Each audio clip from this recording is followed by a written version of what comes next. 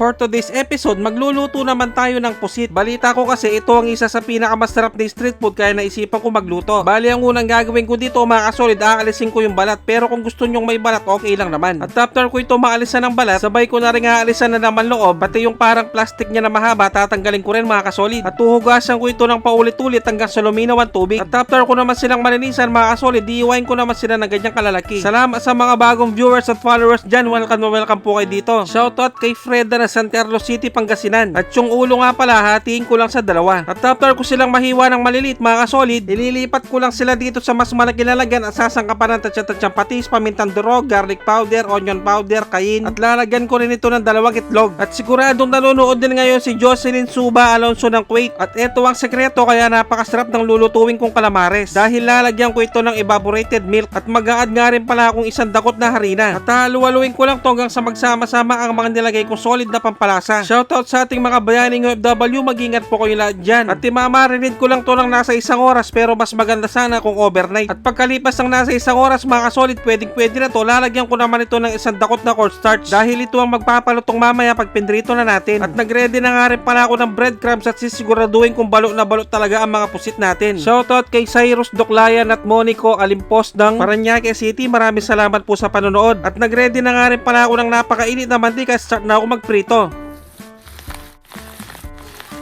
At sigurado kumabot na kayo sa part ng bidyong to mga kasolid, pwedeng paki-comment naman kung tagasan ka para malaman ko kung saan darating ang bidyong to. Maraming salamat. At pagkalipas ng ilang minutong pagpiprito, tingnan nyo naman napakaganda ng kulay mga kasolid. Hindi ko na ipapakita yung pagpiprito sa lahat at eto na ang kinalabasan. Syempre dito na tayo sa pinaka-exciting part, ang tikiman time. Yun no, hindi ko na talaga kailangan lumabas para lang makatikim ng calamares. At isasawsaw ko dito sa sukang pinasarap. Kain po tayo mga kasolid.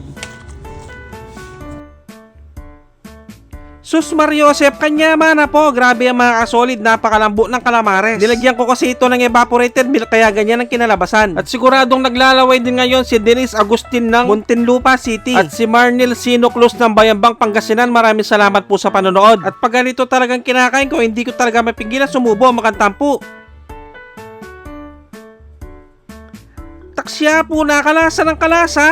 At kung tiyempong hating gabi nyo naman ang panuto mga kasolid, mag-automatic pansit canton na lang kayo mga bossing. Dapat yung spicy At itatry ko naman yung ulo, you know. Grabe ang mga kasolid, napakalambot din ang ulo. At bagay na bagay talaga to sa kanin. At syempre kung mahilig kang uminom, bagay na bagay din to pampulutan. At paki-comment na rin sana mga kasolid kung favorite nyo rin ang ganitong klaseng street food. Siguro hanggang dito na lang muna ang episode na to. So off cam ko na lang itutuloy to. Maraming salamat sa mga walang sawang sumusuporta at sumusubaybay sa aking mga video. At sa mga walang sawang nagsishare, maraming salamat, napakasolid nyo. Sobrang na-appreciate ko kayo lahat. Magkita-kita ulit tayo next episode. Magluto na kayo ng napakasarap na calamares. Maraming salamat sa panonood. Basta Kapampangan, manyaman!